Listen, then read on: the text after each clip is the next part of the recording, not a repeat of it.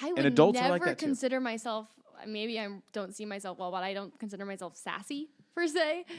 But I don't think you're pretty sassy. oh But gosh, ask your friends. I don't know. Yeah, they're nodding their heads. I don't think I'm sassy. Oh gosh. I mean, if we're okay, I can get let's fired just up. quick side note.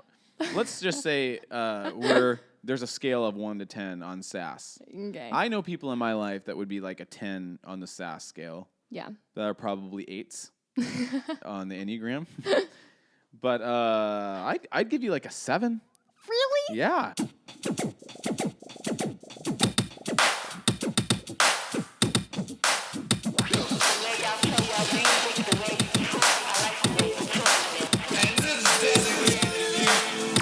Welcome to our 3rd episode of No Small Thing. My name is Scott. And I'm Macy. And this week we are talking about something we're titling Age and Wisdom. This was inspired by a class I took at SPU about 20 years ago. This whole thing is? I don't know about the whole thing, but I didn't know that. I mean, I think it's also inspired by the fact that we both work with high school kids. Yeah, and I think it's like I'm a youth pastor. Yeah, we both, that's how we know each other, is working with youth. So I think we pay attention to age, and we both really value youth and children. I really value children. I don't value children. So many years ago, I was taking a class called Adult Discipleship. And so as basically 19-year-olds, we were attempting to learn how to teach adults. And in the class, we were reading some psychological development books, and we read a book by James Fowler, if anybody knows who James Fowler is. And in the midst of this class, it was emphasized that too often we value older folks for their wisdom.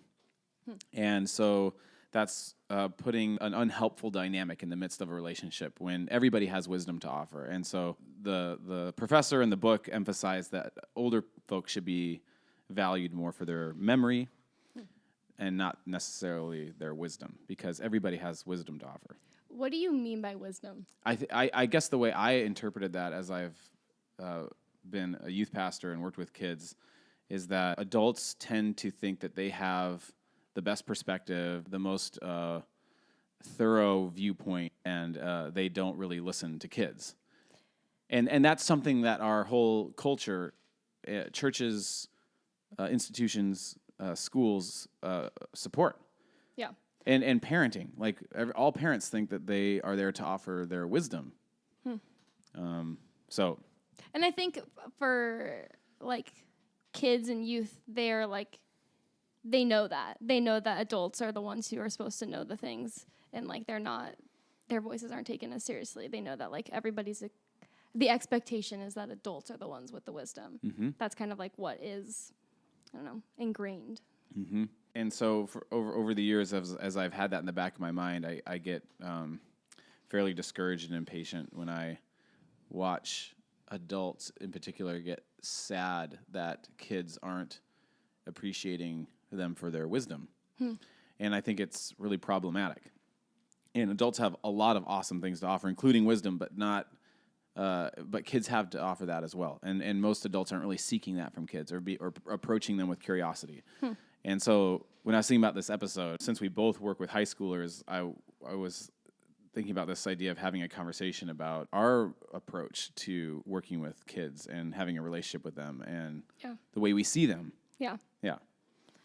I feel like, I think it was in my classes, at SPU, that I like started to understand conceptually the value of looking to children and youth, I would say, for what they have to like offer. I remember taking a class and we just talked a lot about like how much fuller are like church services. Just even like take a church service, how much like fuller they become when we allow there to be space for kids to do things like cry or laugh or dance or like be kids, and we allow that space and for like youth to be a part of the service. And I remember like sitting in that class like almost crying, being like, yeah, that's so like, that's what we are supposed to be doing like as people, is like living in like seeing the value in every single person and like where they're at, wherever their age is, they have so much value and like we have so much to engage with. So, yeah. What you just said brought up something completely unexpected for me, which is a story of my daughter, Avery, and we were at a concert, and it was a Sarah Groves concert. And I can say that because this does not reflect poorly on Sarah Groves. I guess I won't say where the concert was, but it was local. And so we went to the Sarah Groves concert, and it was full. It was at a church. So it was in a sanctuary. And she has some really beautiful music, and the lyrics are very profound and pretty contemplative and moving. And so my daughter Avery inevitably got bored. Now she's 12 now, so she's probably like 9. So she asked very casually to go to the back of the sanctuary. So we were in the very back of the sanctuary, and she just started dancing. And then she started doing some of her little cartwheels. Nobody could hear it. Nobody was distracted. Yeah. It was really pretty beautiful, actually. And out of nowhere, this like lay usher kind of came out of nowhere. It was like an older woman. She's like, absolutely not. Stop it. That is not the place for this. There is a jungle gym outside for kids to do that sort of stuff. Oh. And Avery had this huge look of shock and sadness on her face. And I was like, I don't think Sarah Groves would have supported this decision. But yeah, it's like, that's how we treat youth so often, is like we're banishing them to the playground. Yeah. And we can't make space literally and metaphorically just in our hearts and minds for kids, but like just in the actual literal physical space. We have to be like, that's not appropriate here. Yeah. You know? They have like sectioned off spaces and places to be. And like that was another thing I learned in one of my classes, was that like youth, particularly teens, are like the group that's the least like intergenerationally, like they are always with peers. Like they're always surrounded by their own peers. And it's like, why? Like, why is it that we've created this system, I guess, where teens are constantly, I mean, maybe it's partially just because teenagers want space, but I think a lot of it also is. I don't think they want it as much as people think. Yeah, isn't that your big thing? That's like you lean into this when they want space. Mm-hmm. Another thing I want to say is that we chose this for our second episode. Is it second episode? Mm-hmm. Yeah. I mean, pilot? no, I think it's our third episode. Third episode. Okay. Because we want to show that we're not like just covering pop culture. Like we want to talk about other things. Like in our list, we said, we want to talk about feminism. We want to talk about defense mechanisms. We want to talk about the artists that we like 21 Pilots. Color. But we want to interview people. Color. So we want to talk about color. So I thought it would be cool to just be like, here's kind of a quick, sharp turn into a different direction to show like a lot of the different types of things we want to talk about. I also think it makes sense that we would talk about it because like that's part of like why I think you and I like are friends, is because like the way that we value each other, like regardless of our age, and like maybe in our age we value each other. So youth ministry and playlists, a big bonding point for us. True. Yeah, those are also probably our two biggest bonding things. Yeah. So another reason I think that we wanted to do this, or I'll speak for myself, I wanted to, is like to address the idea that like Macy's 23, I'm 38. And so there's an age difference, and people have brought that up. I mean, it's not like a huge deal, but I think doing this podcast with you is just another extension of the same idea. Like, I think you're very wise, and I think you have a ton of great perspectives to offer, and I benefit from hearing your perspectives. And so there is no, in my mind, in terms of the wisdom and perspective being offered in our relationship, there's no really clear distinction between. Yeah. I don't think like I'm more wise or I have better things to say than you or something because I'm older. Yeah, and I think that like that's helped. I mean, that's awesome. Like you as a person who gets to be around you, like there's not many adults that take what I have to say as seriously as you do. So and I hope it's not saying like look how cool I am listening to young people. I'm trying to say cool scoot. I'm trying to say you're cool. I was like trying to like make myself look good by saying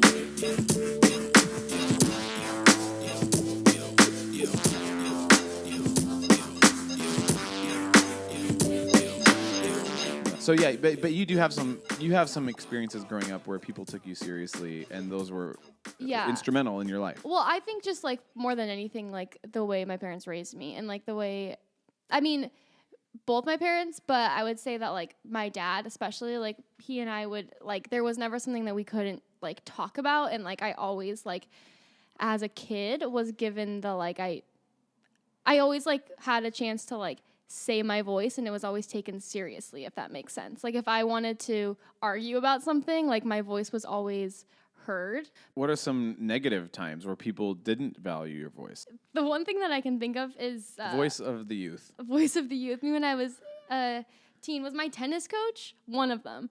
Like she did not value my voice at all. I like really was sassy probably at the end of it, but I'm trying to think of like.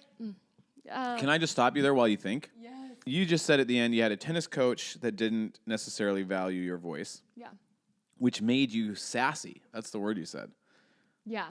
And I think that's the problem. Like, we as adults create unnecessary tension in our relationship with young people, probably peers and adults, older people too, any people, but we're specifically talking about young people. Right.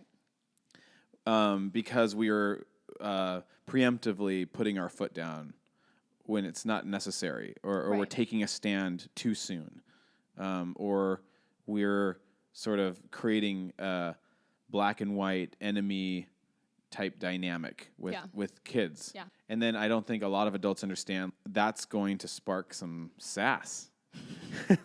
Yeah. That's going to spark some like sort of a rebellious spirit. Right. And I would adults are never like that too. consider myself, maybe I don't see myself well, but I don't consider myself sassy per se.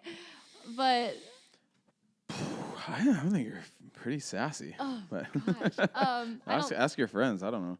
Yeah, they're nodding their heads. I don't think I'm sassy. Oh gosh. I guess it depends on what context. You're not consistently sassy. Like in some situations, you'll If I get walk into a fired up room and about be something. very quiet and small and and like hiding. Honestly, when adults don't take me seriously. Maybe that's it. Yeah. But there's some moments where you just come in with like, well, it's like our other intern last year, Katie, who was peers and a student alongside Macy at SPU, yeah. would tell these stories about Macy being in class and Macy being known as the person that would kind of come in and sprawl out and put her feet up on a desk and just kind of own the room. And both Katie and I said when we first started interacting with you that we were intimidated by you. Oh, It was like sass but confidence, but putting your feet up on a desk in a room is pretty sassy. I got called out by my professor. Literally. And I now just need to defend myself in that. I am not an accusation. Well, but it comes across that situation I've like thought about a lot because I got called out by my professor and I felt terrible, obviously. And like, obviously people are like, oh, that's disrespectful is probably what they're thinking. Mm-hmm. But I think for me, like, I'm just like, there's no space that I shouldn't be free and be allowed to be myself and just be comfy. Like, I just want to be comfy always. So that was probably all that it was. People interpret it as a power move. Yeah. You're just wanting to be comfortable. I really like. You're also wanting to be unique and different. I'm rolling my eyes. I like that you said that. Macy just rolled her eyes. Well, they can't see. I think we should just be more comfortable. That's really my thought. I like genuinely like. I get the idea of like being respectful, but I also hate spaces where there's like any set of like, oh, you should act a certain way. Like act the way you want to act. There shouldn't be like I don't like formal things either. So I think it's just my personality. But it was not out of me thinking I own the room that I put my feet up on the desk. I think what you're highlighting is exactly the right thing as the voice of the youth for this episode at least.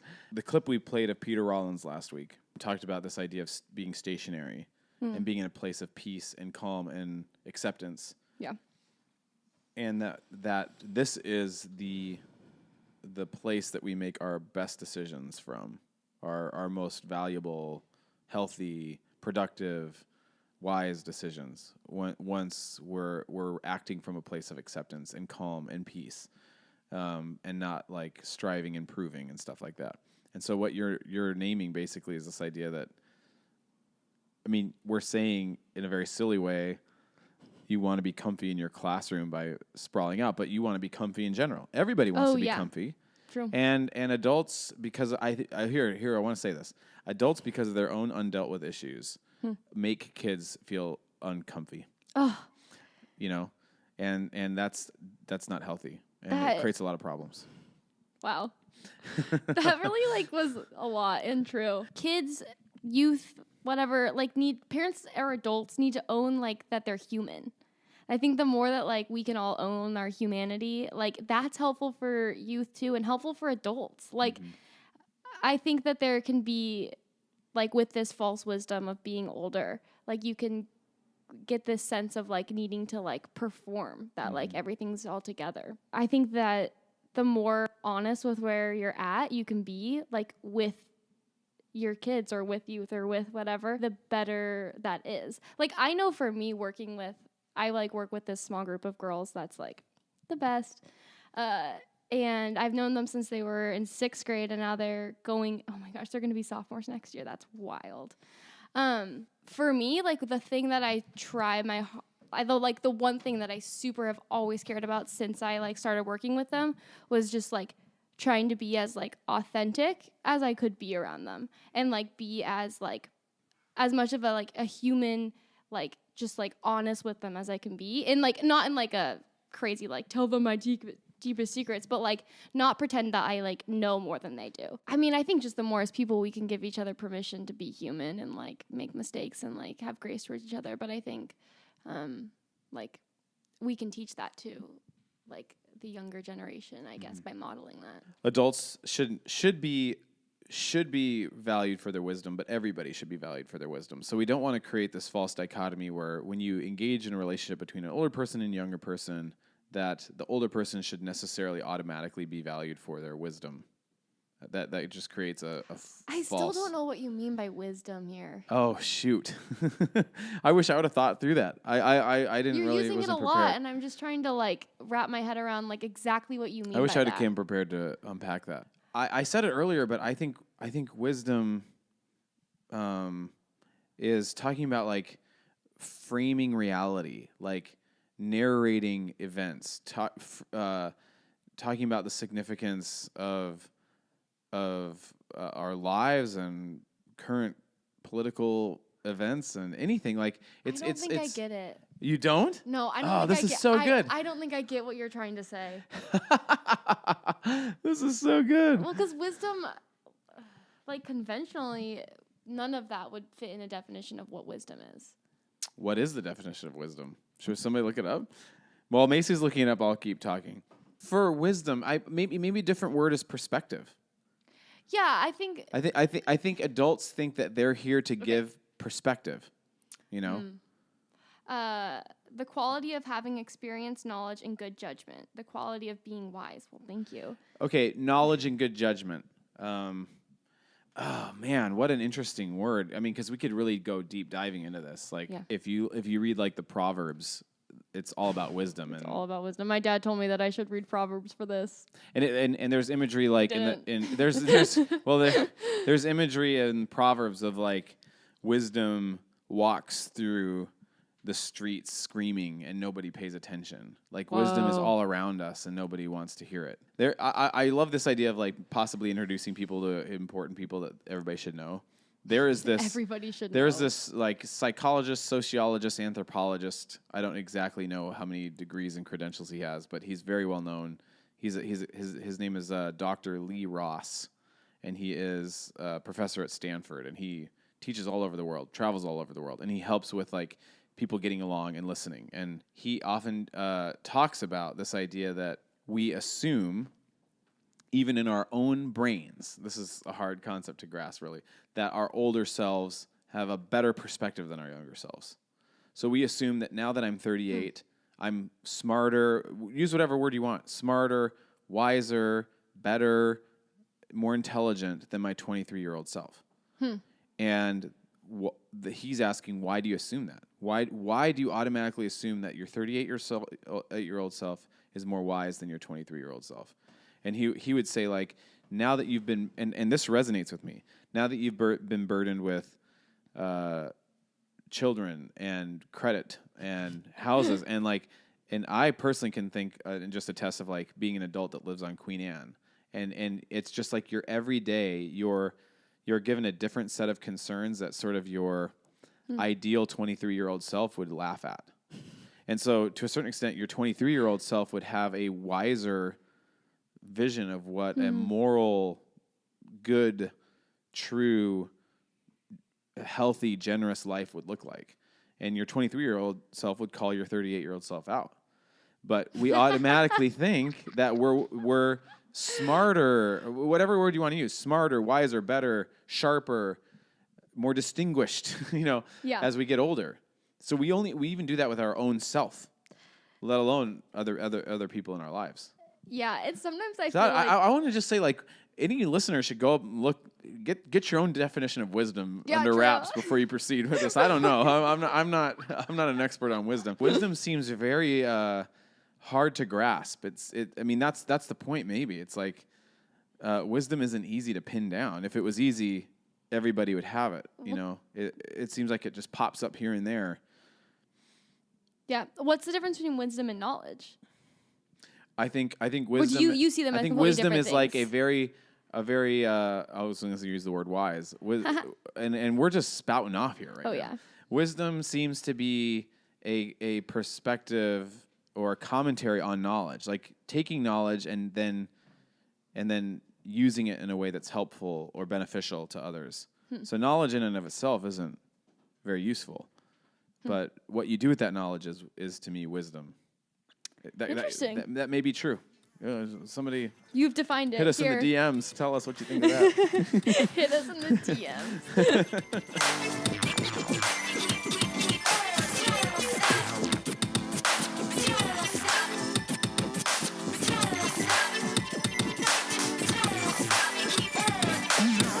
Gosh, there was something you said that I wanted to comment on, but I forget what it was. Oh, the age thing. The age thing. We're talking about age. The age thing, yeah. This idea of like looking at your your younger self and seeing the value in that, and I feel like, I mean, probably because I posted those photos of us being younger, it like made me pause and think back to like just my younger self and like the way that I saw the world, and it's really easy for me to like look back and be like, oh my gosh, I would have hated who I was. Like sometimes I like hate who I was, if that makes sense. But like learning to like love that and like love your younger self and love your younger perspectives, and like I think that is helpful and like good for us to like try and kind of, I guess, like do the work of like remembering the way that like you had a youthful, imaginative perspective on the world. Like I think it's really easy to only be looking, I guess, forward and not look back and not like look reflectively on like your own perspectives. I don't know.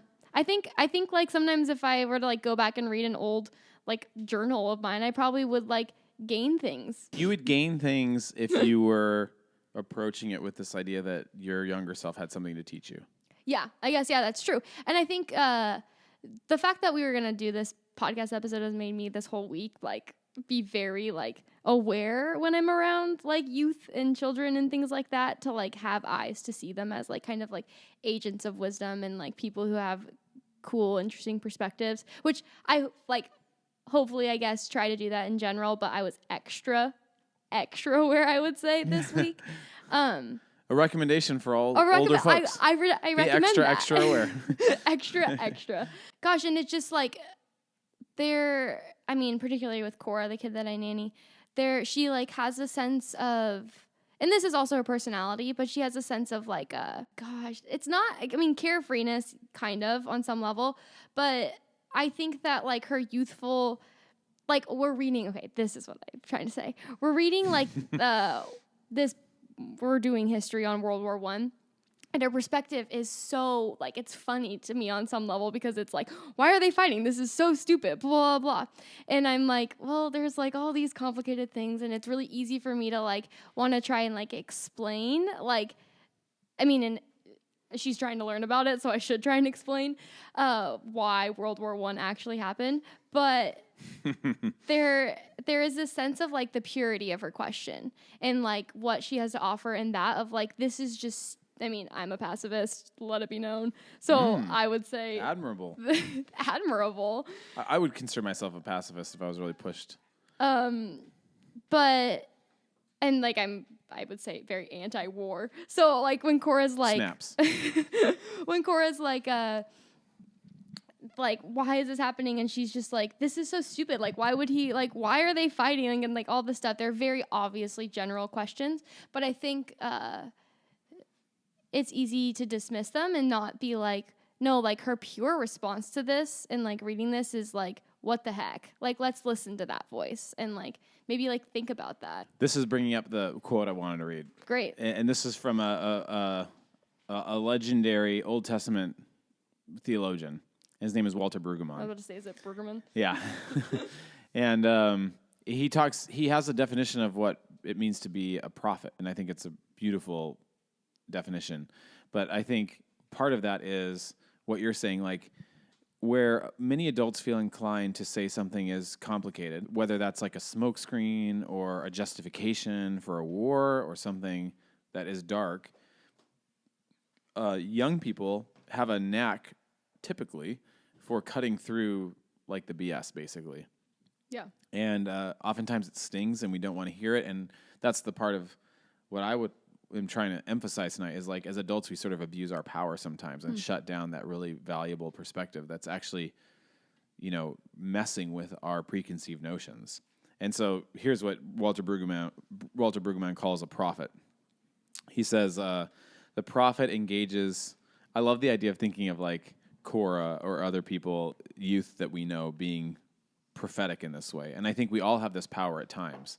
And I do think we should all try to listen to the prophetic voice in the relationships that we engage in. But we're emphasizing youth. So think about this quote with youth in mind, or young people in mind. The prophet engages in futuring fantasy. The prophet does not ask if the vision can be implemented, for questions of implementation are of no consequence until the vision can be imagined. The imagination must come before the implementation. Our culture is competent to implement almost anything and to imagine almost nothing. The same royal consciousness that makes it possible to implement anything and everything is the one that shrinks imagination, because imagination is a danger. Thus, every totalitarian regime is frightened of the artist. It is the vocation of the prophet to keep alive the ministry of imagination, to keep on conjuring and proposing future alternatives to the single one the king wants to urge as the only thinkable one. I think it's appropriate to say that, like, as youth leaders, let's just take it to youth ministry. We can be kings. We can say this is the only thinkable reality, and you have to think of God like we think of God. You have to behave in the way we're asking you to behave. You have to dress how we're asking you to dress. We can create as youth leaders, youth pastors, our own weird little kingdoms where everybody worships the ground we walk on. And we're not empowering people to have their own voice. And we're definitely not benefiting from the potential prophetic voices of our youth. But having said that, like when you talked about Cora and her perspective on this war, it's like all these people over the years are saying, here's why it happened, and here's the justification for it, and it's complicated. And she's like, actually, this is a bunch of crap, and you're like, well, like what? Like a kid can just say that, Yeah, they have no filter. Yeah, no filter. Oh gosh, working with teenagers, they don't have filters. Which can be so awesome. Like, which is like that's what's great about it. It's often like refreshing. Sometimes it's like, oh my gosh, teenagers are they're not mean, but they kind of are on some level. They can be pretty brutal. They can be brutal and honest. You have to have a thick skin. Like the prophet is like the person who is like, what the actual frick is going on? This place is messed up, and tries to like imagine a different way, I guess. And so I think youth still are imagining different ways, and like we should value that and like cultivate that instead of dismiss it or put it to the side and not like take it seriously. This is not a scientific statistical approach, but like if you were to say, out of every 10 youthful observations, a 16-year-old making an observation, maybe 1 or 2 out of 10 are going to be prophetic or helpful or profound or beneficial. You're saying that only some of them are? Well, some of them are going to be, yeah. Some of them are. All of us are going to make observations and comments that aren't going to be that great. But I'm saying the ones that are really truly prophetic or helpful or insightful are going to be missed, and that's a tragedy. Do you think that there's some people who are more? Well, I guess there probably are some people that are more prophetic than others. I don't know. I don't know about that. It's probably true. I don't know. I just don't know what to say about that. Yeah, I don't know. I don't know. That just made me think like everybody has something prophetic to say. Yeah, I think that's true. That's the point. Yeah. One of the images I use is this when we were preparing for this is a tipping of the scales. Like the scale on the side of older folks in any situation, whether you're a 23-year-old working with a 16-year-old, or a 30-year-old working with a 25-year-old, or a 60-year-old engaging in a relationship with a 40-year-old. The scale, societally speaking, is so heavily tipped towards like assuming this older person has more insight. Yeah. / wisdom. We can't use the word wisdom anymore. It's been tainted. Define it. Yeah. That it harms the relationship and both people lose out. The young person loses and the older person loses. So what I've thought about this conversation as being like our attempt to like even out the scale. Help, like, yeah. Everybody does have wisdom. Older folks have wisdom, but that's all we emphasize. Yeah. That's all we assume is that older folks have wisdom and youth don't. And so we're trying to say like youth actually do have a lot of wisdom to offer.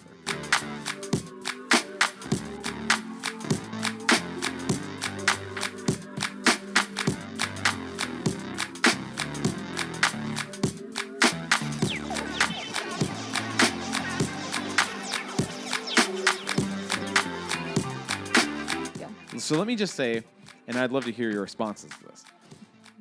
This is what I think older folks, somebody older, so a 20-year-old working with a 15-year-old, a 30-year-old working with a 20-year-old, this is what an older person does have to offer if they're willing to lean into this, so to speak. So an older person should be able to offer some sense of stability. I think it's the responsibility of an adult as you get older developmentally and in all ways to focus on yourself and become a person that is more reliable, less hectic, more consistent, more trustworthy. So it's like it's necessary actually that like teenagers in particular sort of have these massive blips, ups and downs of exploring their identity. Yeah. And developmentally speaking, at about 20, 21, 22, you're supposed to have sort of landed on some sense of an identity. And so like what you can offer as a 30-year-old or a 40-year-old or a 50-year-old is I am stable. You're not right now, and that's fine. And I am so fine with your instability because I'm so stable.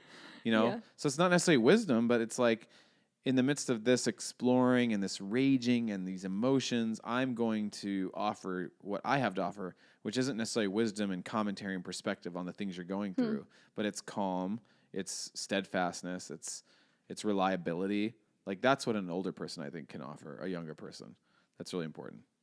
Does that resonate with you? Like, I guess do you want that from an older person? I don't like the idea of putting someone in a box of being like, this is what older people should. They like must reach these like characteristics. I mean, I guess when I think about my own life, like I like the idea that that's like an older person.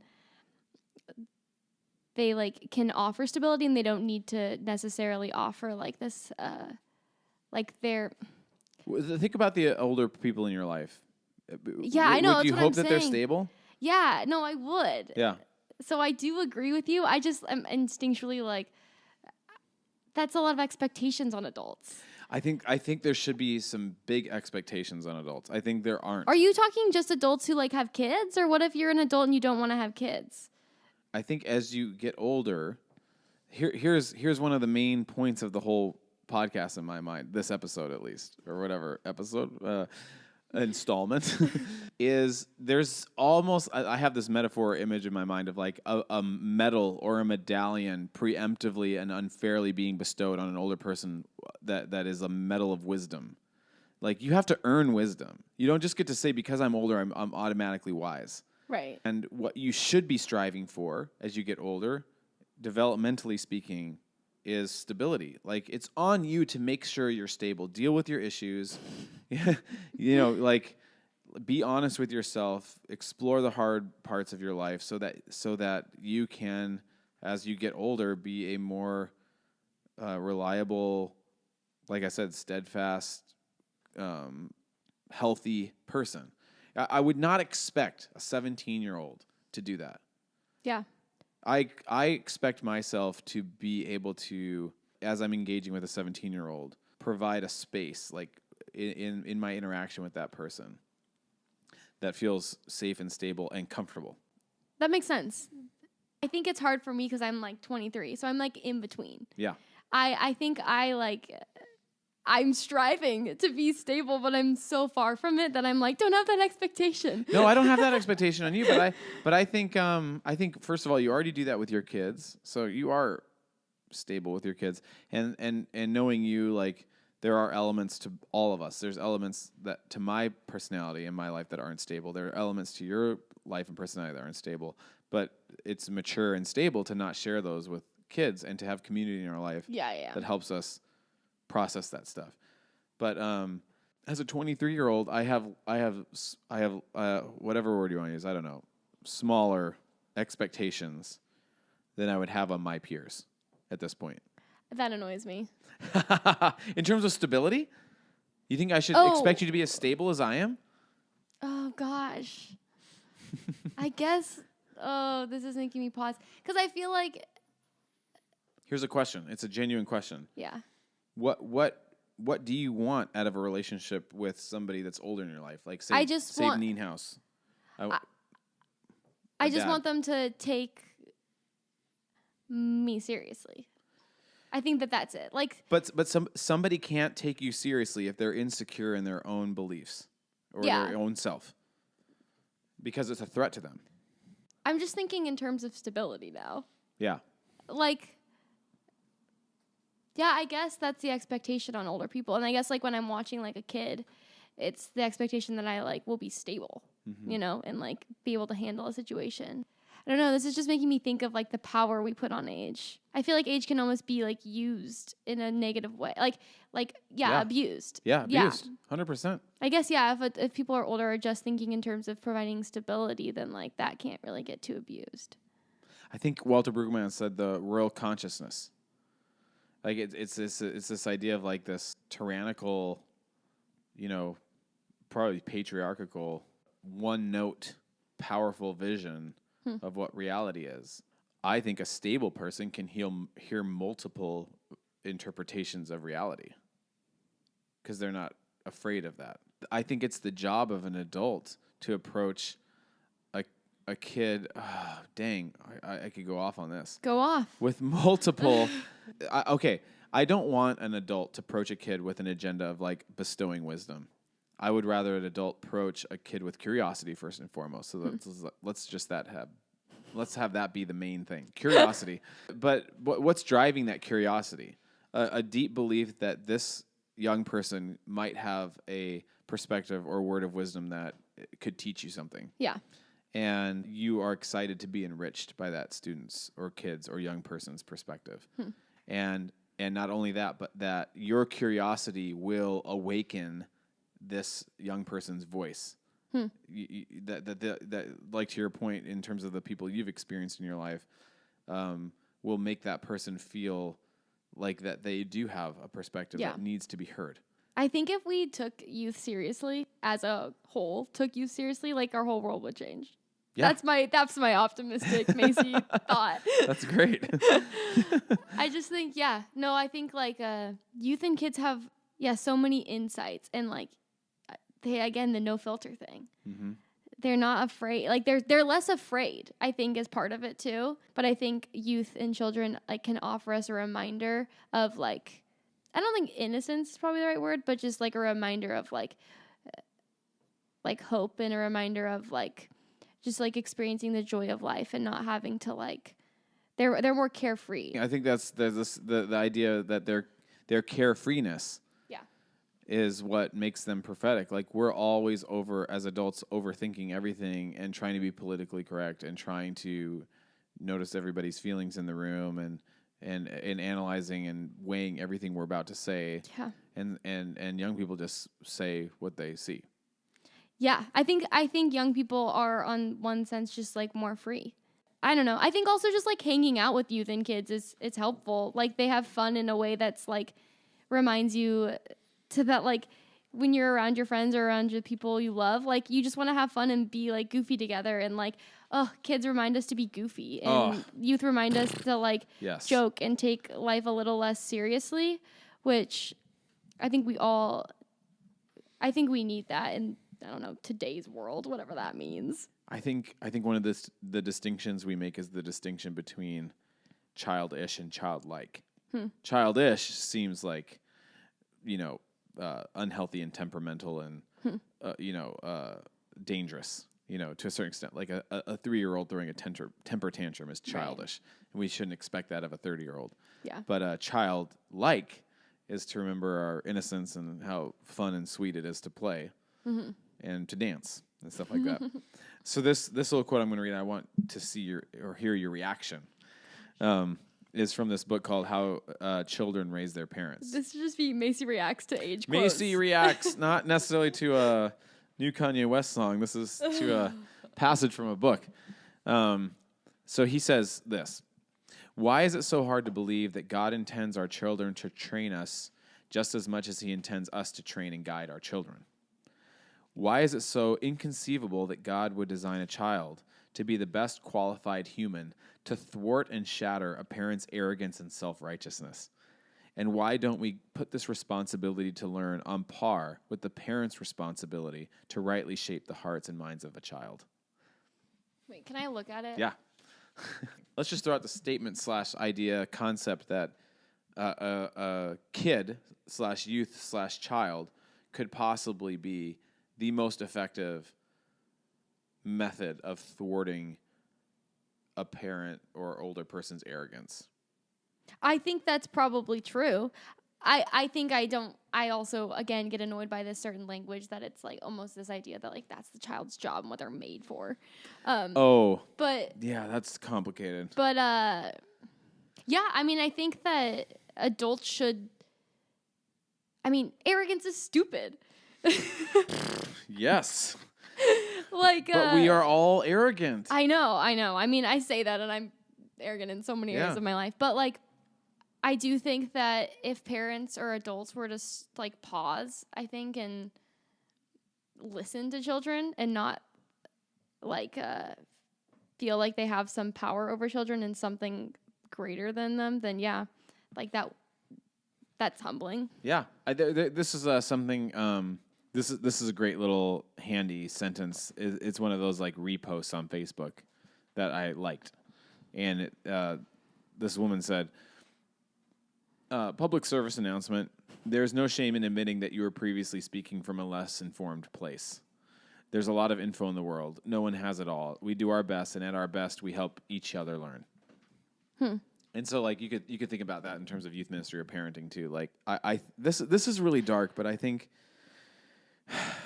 What I've experienced, and I can be honest with my own heart sometimes, that I could probably, stray into this way of thinking of like, we feel so thrown off balance and so threatened and so small in our own daily lives that we do and can turn our families or our youth ministries into our own private little kingdoms where we rule with an iron fist.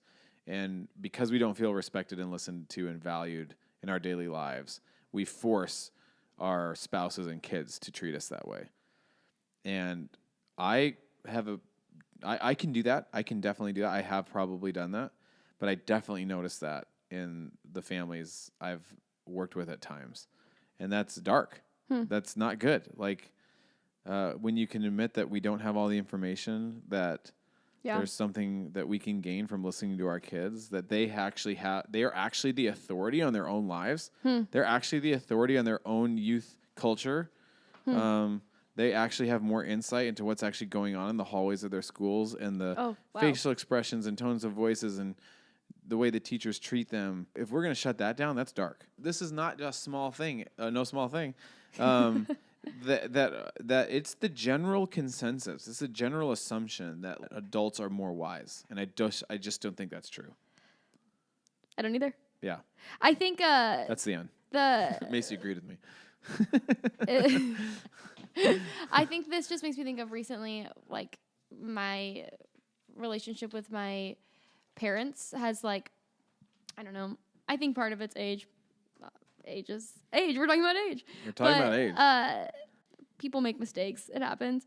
And I'm, like, in my 20s and just, like feel so lost, like, in my 20s, and feel so, like, I don't know what to do, and I'm constantly, like, trying to manage things, and, like, I don't know how to manage all this, like, adulting things. And I can, like, very quickly, like, feel like, oh my gosh, like, I have to figure it out. I have to be this perfect adult. Like, my parents have, like, had it together, I guess, you know? And the best thing that my parents could have done and are doing in my life is just, like, reminded me and told me stories of, like, them in their 20s and, like, them making mistakes and, like, them being honest about, like, yeah, like, I was thinking these things and, like, having all this together. And I remember I had a conversation with my dad recently. I was, like, super upset, and I was, like, crying, and I was just like, oh my gosh, like, I'm never gonna figure out my life, and, like, freaking out. And he was like, started going a little bit off about, like, Macy, you're gonna, like, be all these things, and, like, was very sweet. But I was like, Dad, like, I just need you to listen and empathize right now.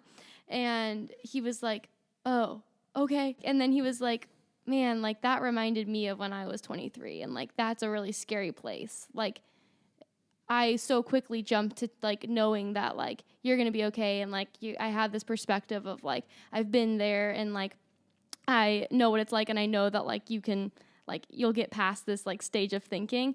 He was like, but it was helpful for me that you just said, like, pause, and, like, I put myself in that like, age space. The fact that he did that was so sweet, and, like, he, like, heard me. Like, he heard that I was, like, I know, like, I get, like, he heard my, like, hurt, and, like, I think in that, like, I don't know what this has to do with age anymore, but he, like, sounds pretty stable. He took my oh gosh, that sounds like stability. You're right. I mean, and as you were saying the stability thing, I'm like, dang, my parents are stable and nice. Shoot, and that's what they've offered me as I've gone through existential crisis.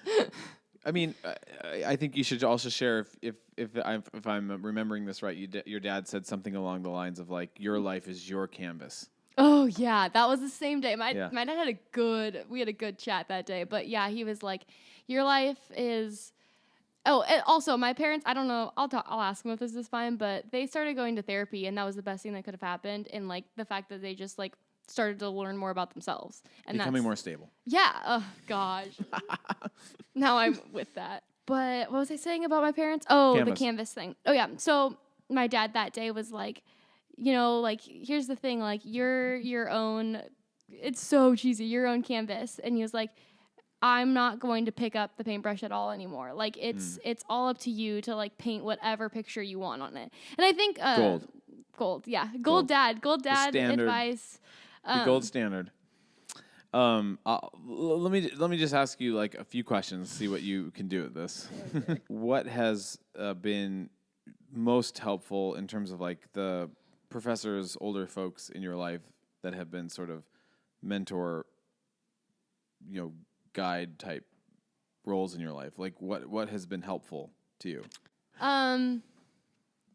Helpful has been adults that, like, oh gosh, I think a lot of my professors, I, like, really had, like, a few really significant professors who changed the way I saw myself, I guess.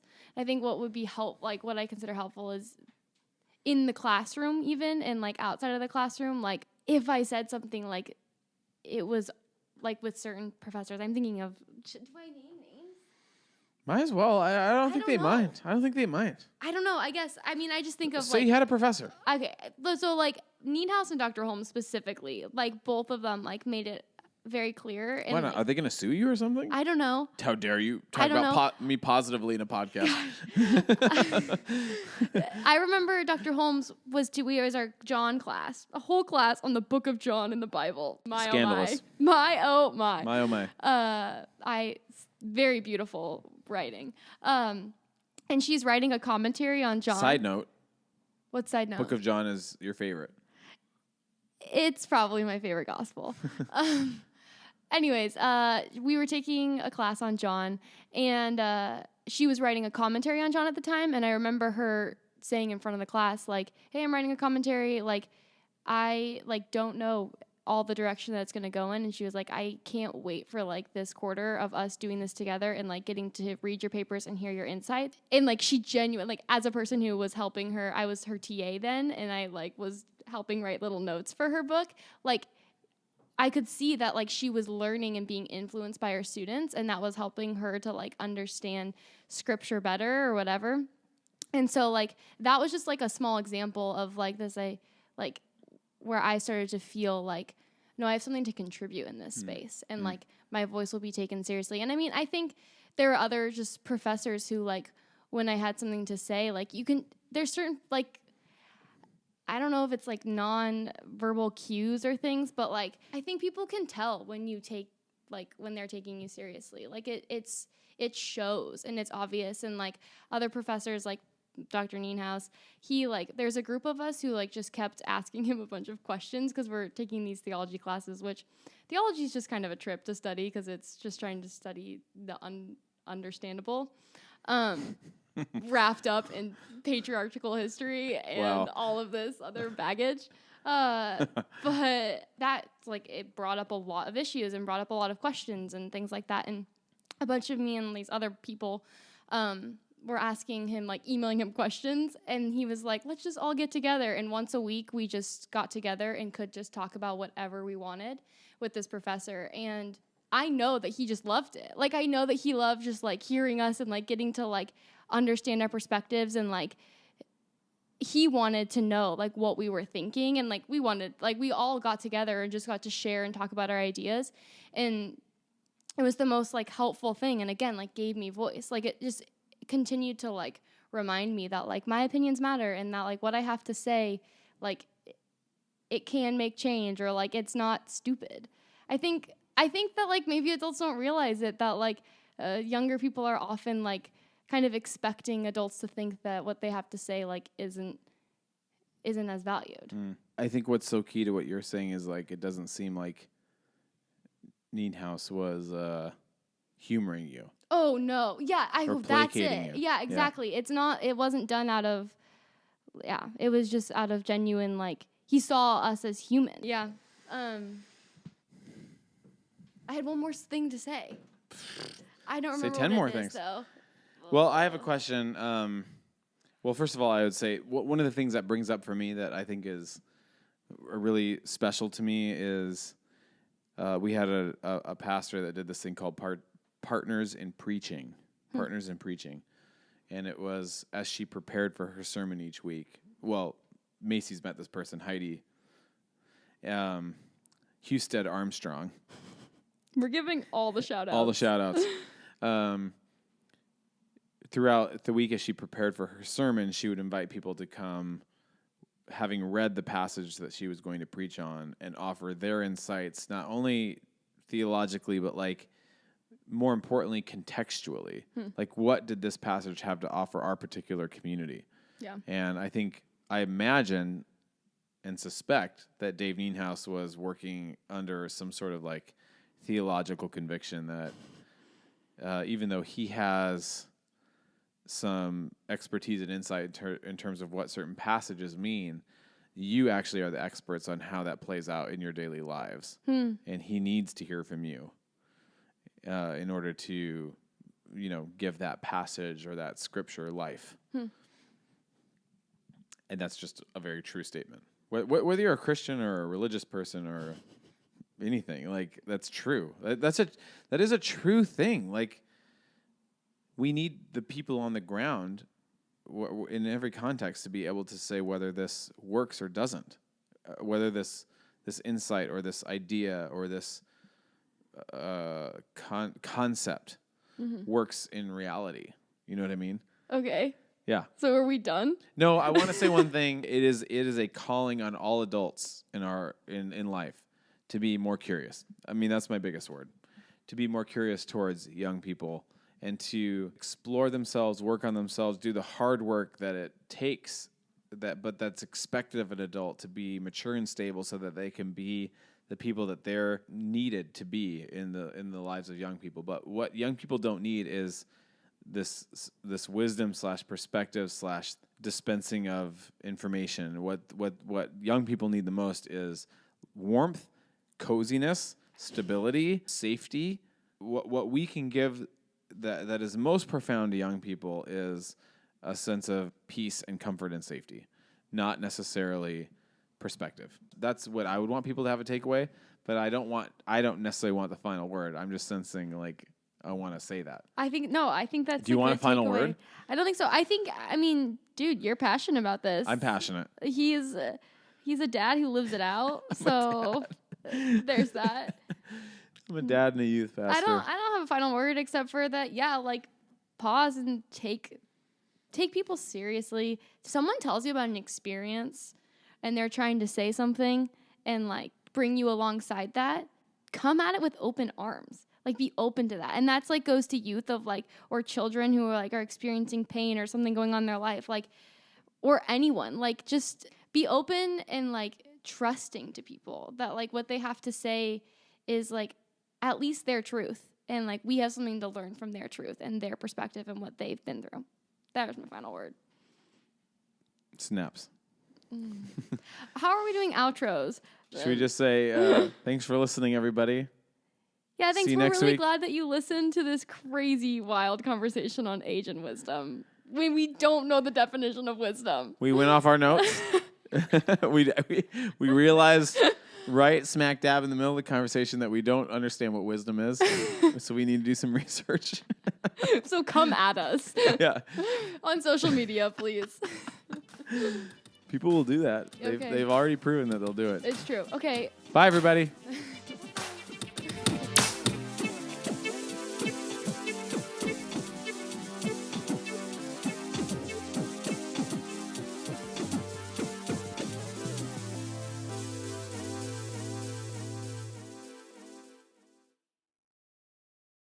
Okay, so we have what are these segments?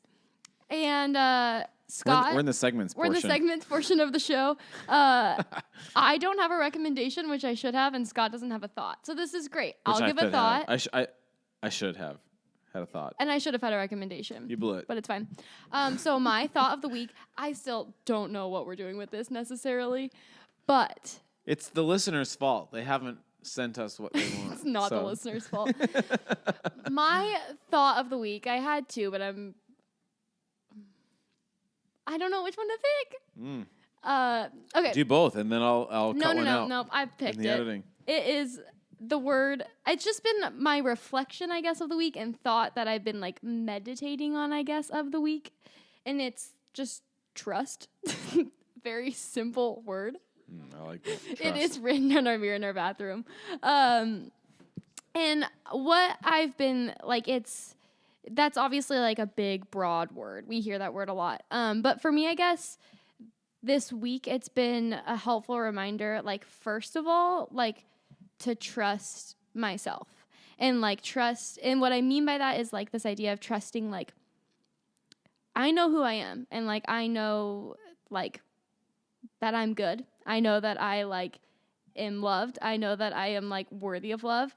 And like, it's really easy to forget that. And it's really easy to like think, it's really easy to fall into the like, I don't know, the like idea that people are, I don't know, judging you or like this. I mean, guys, I put out a podcast and I like am really sharing my heart in this. And so I think I've had to trust in myself and trust that like I'm good and that's like I'm good enough for life, I guess. If I back the camera up, like it's okay. Like I'm okay. Like just kind of like, I don't know, that word has just been helpful. And then the last way that I've like been using, like thinking about it, is just this idea of like the way we place trust in other people, and like how I can like be a person who like holds and trusts others, and like just trust that like, I mean, even just, we talked about this as like podcasters and like friends, of this idea of like building up like a level of trust like that knows that like the last way that I would say I've seen like trust is like trusting myself around other people, and like trusting that like when I'm around other people, like they want to be, that like my voice matters and their voice matters, and like trusting that like we are seeing that in each other. I think trust also implies this idea of like seeing the world with like more hopeful eyes. Reuben, what are you doing?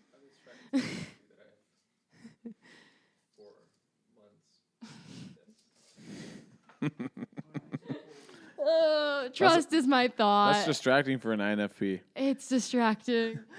He was moaning earlier. That was really distracting. Not intentionally. Not intentionally. News. I thought I was going to strike tomorrow. Accidentally moaning. The thought of the week is trust. The thought of the week from Macy is trust. Trust. Trust the people in your life. Yeah, but trust the people closest to you. I guess, and also just like, I mean, we got into this huge debate earlier, like a week ago, about goodness and humanity, and like whether we're all evil to the core, good to the core. We all are evil to the core. That's a fact. But I think for me, trust, like, I mean, I think trust in goodness, I think, is more than anything, and like that potential goodness. No, goodness. And I think is your thought. That begins with like yourself, and then like it spreads out into like your interactions. But like for me, more than anything, I would say that like my thought of the week has just been like trusting. I mean, trust that you're good. Trust that you are good. And I think that like that will be better for the world. Ruminations. Future ruminations will happen on that topic. I don't have a thought of the week. I have a recommendation of the week, and I like to think that like maybe we'll put. We've said that we'll post this in our social media. We will put this in our social media. The books that I've been talking about, which is The Self-Driven Child. Oh yeah.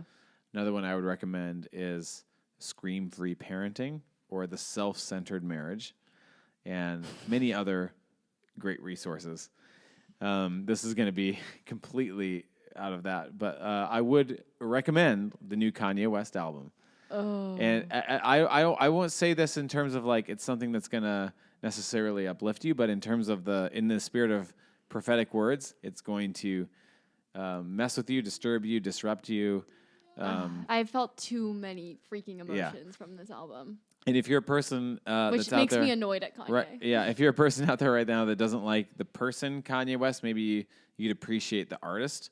And it's like, I don't think I'm like the person that would really truly enjoy spending an evening hanging out and having fun with Kanye West. But in terms of his music and art, I think it's something that has the potential to really impact all of us. So it's a recommendation, I'm not recommending it in the sense of like, oh, you will have a really, really peaceful experience with this new album and just enjoy how pleasant and fun it is. But I recommend it in the sense of like if you're looking to be a little bit disrupted and a little bit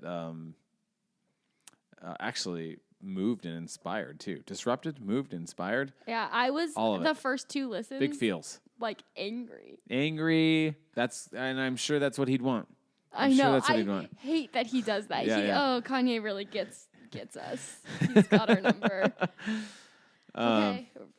We want to acknowledge this last week. Do you want to say anything about this last week? Thank you for... We can say a few things and then hand it to Matthew? Yeah. Can we just say, like, a huge thank you? Thank you. Like, first of all, we're surrounded, like, my friends are all here. Like, cross stitching and embroidering and coloring and doodling and like being so supportive. So like, thanks. This is such a goofy thing, and so many people have liked and subscribed, I guess, and that means a lot. We're like doing this. We're making a podcast. And a part of that thank you is thanks for your guys' feedback. Keep it up. The best thing that you could do is give us a review on iTunes, I think. Honestly, we have 2 right now. We have 2. Let me clarify that. We have at least last time I checked, 15 ratings, 2 reviews. 2 reviews. Is that wrong? Jack says 17. 17 ratings, 2 reviews. It's really helpful to have both. So if you're gonna go and rate us, that's a click. But just write a little review. And honestly, I'm telling you right now, a negative review is just fine.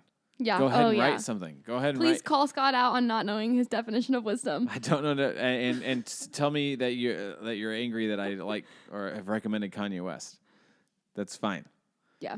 And destroy our definition of art. Please.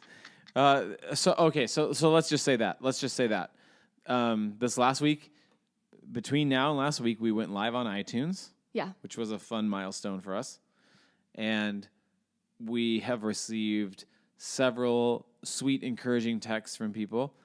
And we've also received some fun and interesting pushback in email form from some friends of ours. Is that a good way of saying it? It's like very cryptic. Fun and interesting. Was I being cryptic? Yeah. We received an email that point blank went through and dissected our entire episode and told us pretty much most of the points that we were wrong, but it was in a very great way. The best thing we could have ever asked for. Yeah. Here's what I would say about that, and then if Macy disagrees, possibly frenemy. This is all about conversation and engagement. So I'm not like celebrating people that agree. Please disagree. That's a beautiful, huge, amazing, ideal thing.